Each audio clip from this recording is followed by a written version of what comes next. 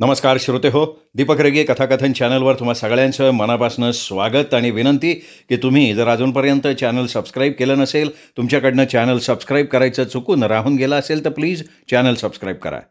ऐकूयात सुरेश वैद्य लिखित अशा वेळी या कादंबरीचा भाग 4.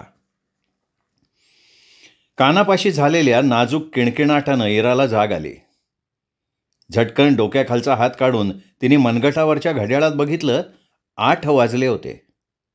8?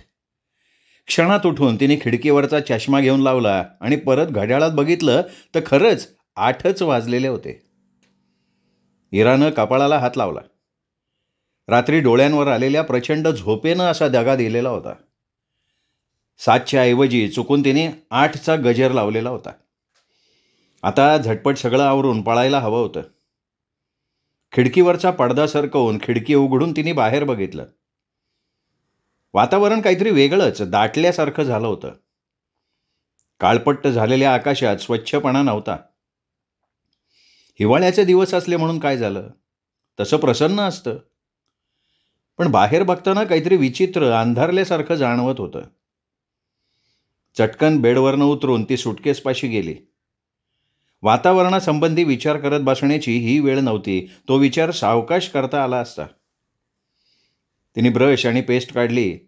ब्रशवर पेस्ट पिळून ती परत बॅगेत टाकली आणि मग ब्रश तोंडात धरून दार उघडून ती बाहेर पडली. बाहेर येता क्षणी तिला पहिला बदल जाणवला. घर कमालीचं शांत होतं. एकीकडे ब्रशनं दात घासता घासता इरानं हॉलमध्ये स्वयंपाकघरात डोकावलं. संडास बाथरूमपाशी जाऊन आली, पण राहुल कुठेही नव्हता. हा सकाळी सकाळीच उठून गेला का काय?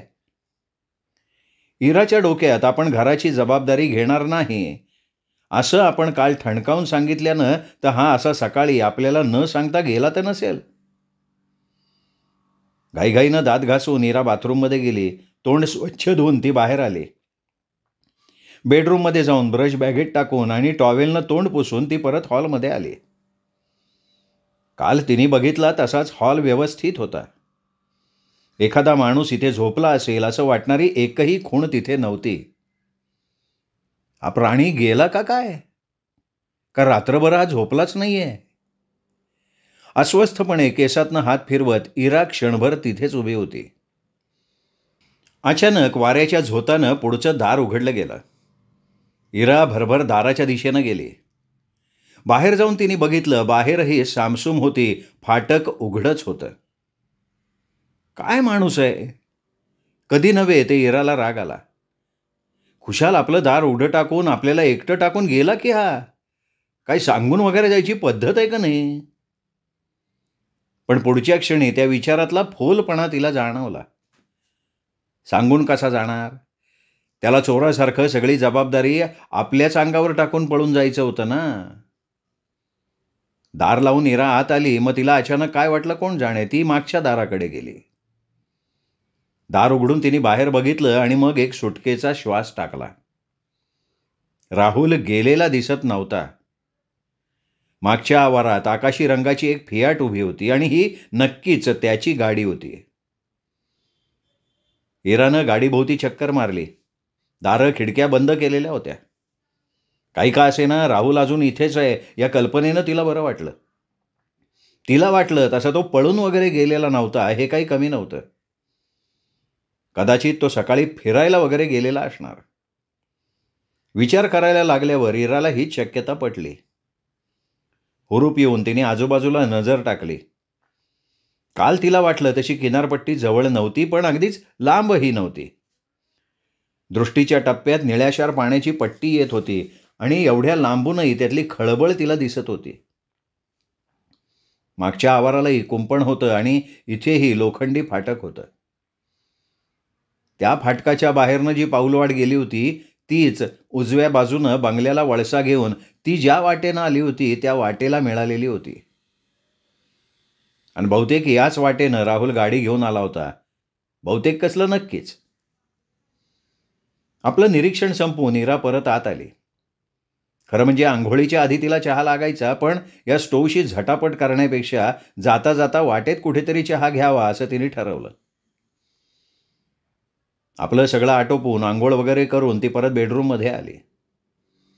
सामान वगैरे ती व्यवस्थित लावत असताना तिला घंटीचा आवाज ऐकू आला.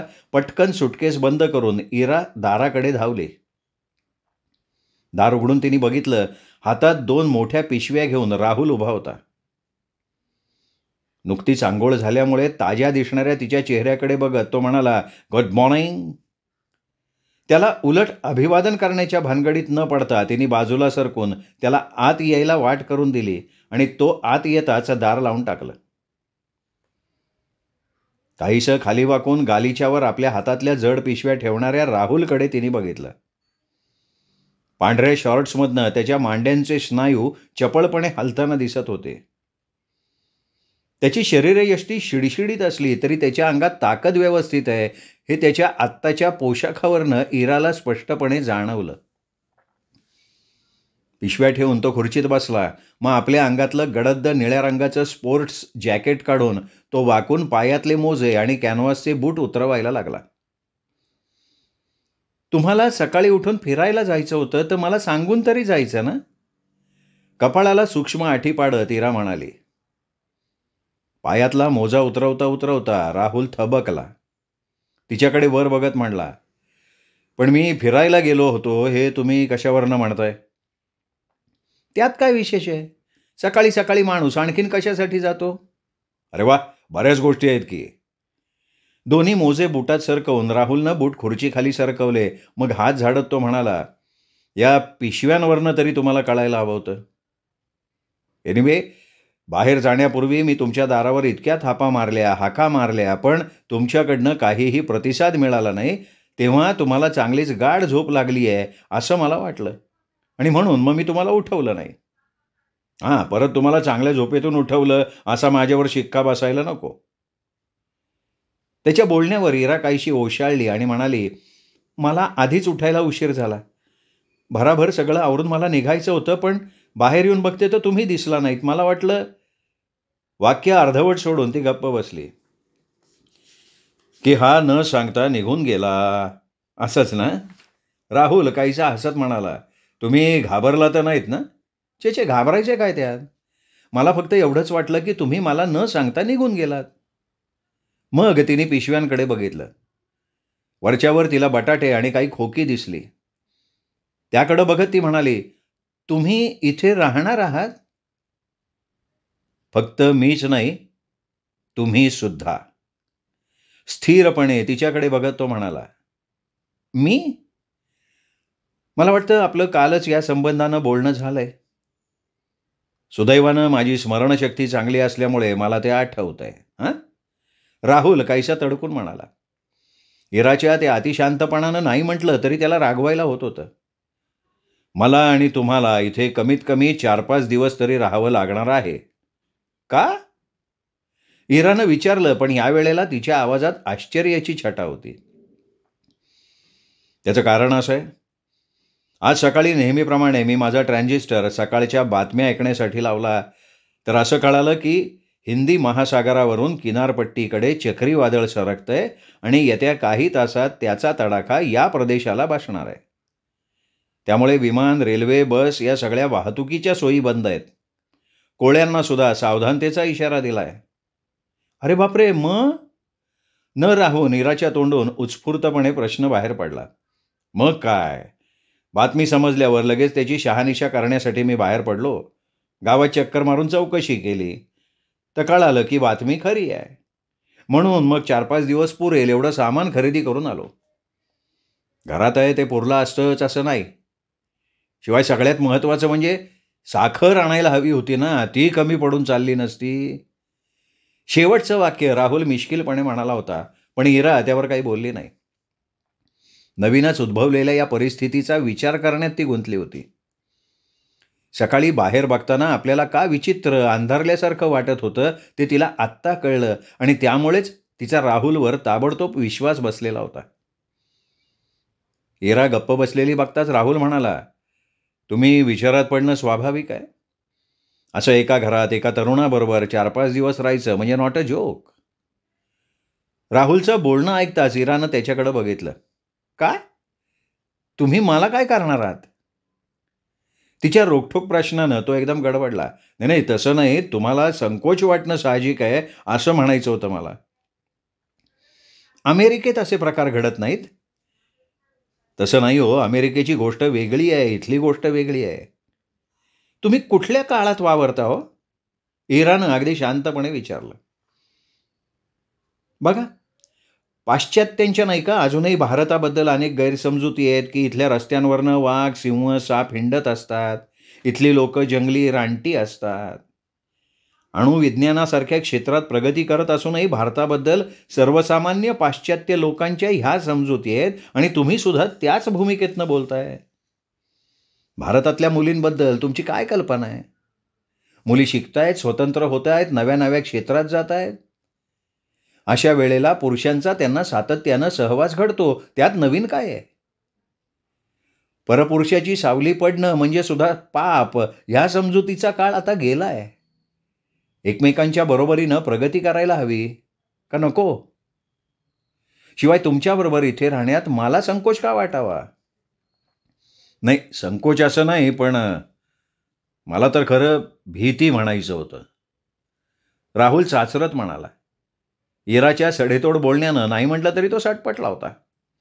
पण मला एक कळत नाही की तुमची भीती मला का वाटावी? का बरं? आपण दोघेही तरुण आहोत. हा असा एकांत, आडबाजूचं घर. मी तुम्हाला काहीतरी करेन किंवा आपल्या हातून काहीतरी घडेल असं तुम्हाला नाही वाटत? आता राहुलही बिनधास्तपणे म्हणाला. राहुलच्या बोलण्यावर इरा किंचित हसली. अमेरिकेत तुम्ही हिंदी, इंग्रजी फिल्म्स खूप बघता असं दिसतंय. कारण हा असला रोमॅन्टिकपणा फक्त फिल्म्स आणि कादंबऱ्यातच असतो. म्हणजे असं होणार नाही याची तुम्हाला अगदी ठाम खात्री आहे? तिच्याकडे रोखून बघत राहुलनं काहीसं तडकून विचारलं. का हे सगळं कपोलकल्पित असतं? नाही, मी नाही तसं म्हणणार. चष्मा वर सरकवत खऱ्याखुऱ्या गंभीरपणे इरा म्हणाली. काही बाबतीत ते खरं असेलही, पण ते प्रस्तुत करण्याची पद्धत सगळ्याच वेळेला समंजस असतेच असं नाही. आता आपल्याच बाबतीत बघा, तुम्ही आडूनच म्हणताय की मी काही करेन किंवा आपल्या हातून काही घडेल असं तुम्हाला वाटत नाही का? आता हे काही म्हणजे काय? शरीर संबंधांना स्पष्टपणे शरीर संबंध म्हणणंही तुम्हाला जमत नाही. मग तुम्ही सांगा की अशा वेळेला तुमची भीती मी का बाळगावी? बलात्कार करण्या इतकं धाडस तुमच्यात नाही. तुम्ही नको इतके सभ्य आहात आणि प्रणयाराधन किंवा इंग्रजीत ज्याला सिडक्शन म्हणतात ते दोघांच्या संमतीनं होतं. मग त्यात तक्रार करायला जागाच उरत नाही ना. तिचं बोलणं ऐकत असताना एकीकडे राहुल जाम संतापला होता. विशेषतः तिने सरळ सरळ त्याला भेकड म्हटलेलं होतं. तर दुसरीकडे स्वतःच्या चांगल्या फाड मुस्कटात मारून घ्याव्यात असंही त्याला वाटत होतं. या मुलीबरोबर साधं बोलायची सोय नव्हती. ती लगेच त्याला लेक्चरच द्यायला सुरुवात करत होती. आणि हॉरिबल, या मुलीच्या सहवासात त्याला किमान 4 दिवस तरी काढायचे होते. नुसत्या कल्पनेनं सुद्धा राहुल मनातल्या मनात कळवळला. नेमकी कुठून आपल्याला ह्याच वेळी इथे येण्याची दुर्बुद्धी व्हावी याबद्दल राहुलच्या मनात स्वतःलाच तो शिव्या घालत होता. इराचं मात्र त्याच्याकडे लक्ष नव्हतं. खाली बसून तिने त्या पिशव्यांना हात घातला. हे सगळं सामान बाहेर काढू ना? काहीशा गुस्स्यात असलेल्या राहुलला उद्देशून ती म्हणाली. नुसतीच मान डोलावून राहुल तिच्याजवळ बसून तिला मदत करायला लागला. पिशव्यांमधल्या फळभाज्या, काही फळं, धान्याचे, किराणा मालाचे पुढे काढता काढता इराला एक मेणबत्त्यांचं खोकं दिसलं. आता हे कशाला? खोकं काढून बाहेर ठेवत तिने विचारलं. लाईट गेल्यावर काय करणार आपण? पण लाईट तर आहेत की, मी आंघोळ केली तेव्हाही होते. अजून 2-4 तास थांबा, मग कळेल, तुटकपणे तो म्हणाला. हे सगळं स्वयंपाकघरात नेऊन ठेवायला हवं ना? मला चहा सुद्धा करायचा आहे. चहा? पण या सामानात चहा नाही आणला. स्वयंपाकघरात सुद्धा नाही आहे? कुणास ठाऊक, मी जास्त आतमध्ये शोधाशोध केली नाही. मला वरवरच कॉफी आणि दुधाचा डबा सापडला होता. मग नक्की चहाची पावडर असणार, इरा ठासून म्हणाली. कशावरनं? काहीशा आश्चर्यानं त्यांनी विचारलं. कारण पप्पांना चहा प्यायची सवय होती. तो उल्लेख येताच नकळत त्याचे ओठ संतापानं मुरडले गेले. तिकडं लक्ष जाताच इरानं घाईघाईनं विषय बदलला. वातावरणातला ताण तिला वाढवायचा नव्हता. एवी तेवी त्याच्याबरोबर काही दिवस राहायचं होतं, तर उगाच तणावाचे प्रसंग कशाला निर्माण करायचे. दोघांनी मिळून सगळं सामान स्वयंपाकघरात नेलं. कपाटात आणि जागा मिळेल तिथे व्यवस्थित लावलं. तिच्या अंदाजाप्रमाणे कपाटाच्या तळाला तिला कोपऱ्यात चहाचा डबा सापडला. तो हातात येताच तिची चहाची तल्लफ अगदी तीव्र झाली. पण स्टोवचे आणि तिचे गुण काही जमेनात. तिला स्टोवशी झटापट करताना बघून शेवटी राहुल पुढे झाला आणि त्याने तिला स्टोव पेटवून दिला. वा, सुरेख पेटवून दिलात की स्टोव. स्टोववर चहाचं आधण ठेवता ठेवता इरा कौतुकानं म्हणाली, तुम्हाला सवय दिसतीये. तिच्या शेवटच्या वाक्यावर राहुलनं टॉवेलनं हात पुसता पुसता रागाने तिच्याकडे बघितलं. पण त्याला वाटलं तसा खवचटपणा तिला अभिप्रेत नाहीये हे तिच्या चेहऱ्याकडे बघताच त्याच्या लक्षात आलं. नाही, तसं नाही आहे. पण सुट्टीत पिकनिकला किंवा विकेंडला आम्ही लांब लांब फिरायला जायचो तेव्हा आमच्याजवळ आवश्यक गोष्टी आणि स्टोव असायचा. ऐनवेळी स्वतःला काही करून घ्यावंसं वाटलं तर स्टोवचा उपयोग व्हायचा. मला तर स्वयंपाकही विशेष जमत नाही, त्यामुळे स्वतः करून खाणं हा प्रकार लांबच राहिला. इरा प्रामाणिकपणे म्हणाली, तुम्हाला स्वयंपाक येत नाही? मी तर मुलगा असून मला सगळा स्वयंपाक करता येतो. निदान अमेरिकेत तरी. राहुल पटकन म्हणून गेला आणि बोलल्यावर मग आपण असं बोलायला नको होतं हे त्याला जाणवलं. तो एकदम धास्तावला. आता इरा काय म्हणणार ते ऐकायची तयारी करायला लागला.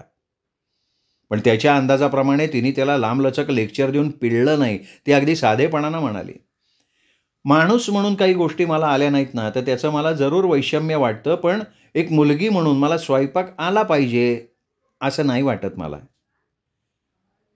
राहुल काही न बोलता गप्प बसला. चहा होताच इरानं पातेलं खाली उतरवलं. तसं पुढं होऊन राहुलनं त्यावर पाणी गरम करायला ठेवलं. ते उकळताच त्याने तिला पावडरीचं दूध करून दिलं आणि मग स्टोव बंद केला. तुम्हीही चहा घेणार ना? काळजीपूर्वक दोन्ही मगमध्ये चहा गाळत तिने विचारलं. मी आजपर्यंत कधी चहा प्यायलेलो नाहीये. काहीसं घुटमळत तो म्हणाला. अहो मग पिऊन बघा, इरा म्हणाली आणि राहुलनं कपाटातनं बिस्किटचा पुडा घेऊन एका थाळीत त्यातली बिस्किटं ओतली. ती बघताच इराला आपल्याजवळच्या पदार्थांची आठवण झाली.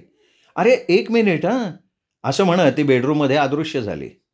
5-1 मिनिटात ती परत आली तेव्हा तिच्या हातात प्लॅस्टिकची मोठी पिशवी होती. पिशवी टेबलवर ठेवून ती आतल्या छोट्या छोट्या प्लॅस्टिकच्या पिशव्या काढून बाजूला ठेवायला लागली. तिच्या शेजारी उभा राहून राहुल मोठ्या उत्सुकतेनं तिच्या कृतीकडे बघत होता. वस्तू संपताच इरानं मोठी पिशवी घडी करून बाजूला ठेवली. मग फळं, ब्रेड, लोणी बाजूला सरकून इरा छोट्या पिशव्या तिथल्या भांड्यात रिकाम्या करायला लागली. अरे वंडरफुल, राहुल उत्स्फूर्तपणे ओरडला. काल तुम्ही नाही काढलं हे सगळं? मी आज जाताना तुम्हाला यातले निम्मे पदार्थ देणारच होते. याचा अर्थ मला हे आत्ता खायला हरकत नाही. असं म्हणत राहुलनं लाडवाच्या भांड्यात हात घालून एक लाडू काढून भराभरा खायला सुरुवात केली. आधी चहा तरी पिऊन घ्या, इरा स्वतःचा मग तोंडाला लावत म्हणाली. राहुलनं मान डोलवली. खुर्चीवर बसत त्याने घास गिळून मग तोंडाला लावला. छान लागतोय. एक घोट घेतल्यावर राहुल म्हणाला. पुढची 10-12 मिनिटं राहुल न बोलता आसपासच्या पदार्थांवर तुटून पडला होता आणि इरा आपला चहा संपून ते शांतपणे बघत होती. खाणं संपून त्यांनी समाधानानं वर बघितलं तशी इरा म्हणाली, झालं? राहुल काहीसा ओशाळला आणि मग म्हणाला, तुम्हाला वाटलं असेल ना काय अधाशी माणूस आहे हा, हो ना? छे, का वाटावं? नाही तसं नाही, पण काय तिकडे अमेरिकेत खरोखर असं काही खायला मिळत नाही आणि भारतीय पदार्थ म्हणून जाहिरात करून आपले लोक इतकी फसवणूक करतात ना की काही विचारू नका. अहो पण मी तुम्हाला कसलंही स्पष्टीकरण नाही मागितलं. मी झालं का हे एवढ्यासाठी विचारलं, म्हणजे आता जास्त स्वयंपाक केला नाही तरी चालेल ना या अर्थी. मग मी फक्त आता तांदळाची खिचडी करेन. हो चालेल की, चालेल चालेल, राहुलनं संमती दर्शवली. मी तुम्हाला काय मदत करू? स्टोव पेटवून देऊ? इरानं मनगटावरच्या घड्याळात बघितलं. 10:15 वाजले होते. अहो आत्ताशी 10:15 वाजलेत. इतक्यात का ही घाई नाही. अजून 1.5-2 तासांनी केली तरी चालेल. आणि स्टोव पेटवायला तुमच्याकडून मला शिकायलाच हवं. तिच्या बोलण्यावर राहुल हसला.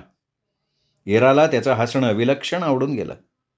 इतकं निर्मळ आणि निष्पाप हसू तिने आत्तापर्यंत बघितलेलं नव्हतं. किंबहुना एक लहान मुलं सोडली तर बाकीची माणसं अशी हसू शकतात हे तिला मान्यच नव्हतं, कारण तिच्या ते अनुभवालाच आलेलं नव्हतं. त्यांच्या स्वतःच्याच घरात पप्पा अगदी शांतपणे हसायचे. संदीपच्या हसण्यात कायम तुच्छता असायची आणि मम्मीचं तर अत्यंत बेगडी, खोटं. ती स्वतः देखील मोकळं हसायची, ते फक्त पप्पांच्या सहवासात. इतर वेळेला तिचं हसणंही अगदी कमी होतं आणि हसली तरी ते स्मितहास्य याच सदरात मोडायचं. या पार्श्वभूमीवर राहुलचं ते निर्व्याज हसणं तिला चांगलंच भावून गेलं. एकाएकी राहुल तिला खूप आवडायला लागला, जवळचा वाटायला लागला. इरा गप्प बसलेली बघताच राहुल म्हणाला, "मग आता तुम्ही काय करणार आहात?" "आता?" स्वयंपाकघराच्या खिडकीतून बाहेर बघत इरा म्हणाली, "आता बाहेर फिरून यावं म्हटलं तर ते काही शक्य होणार नाही. हवा खूप विचित्र झाली आहे. मी आपली बेडरूममध्ये जाऊन वाचत बसते." "ठीक आहे, मग मी सुद्धा तुमचंच अनुकरण करतो," राहुल म्हणाला. श्रोते हो, हा होता भाग 4. भाग 5 उद्या. तोपर्यंत नमस्कार मित्र.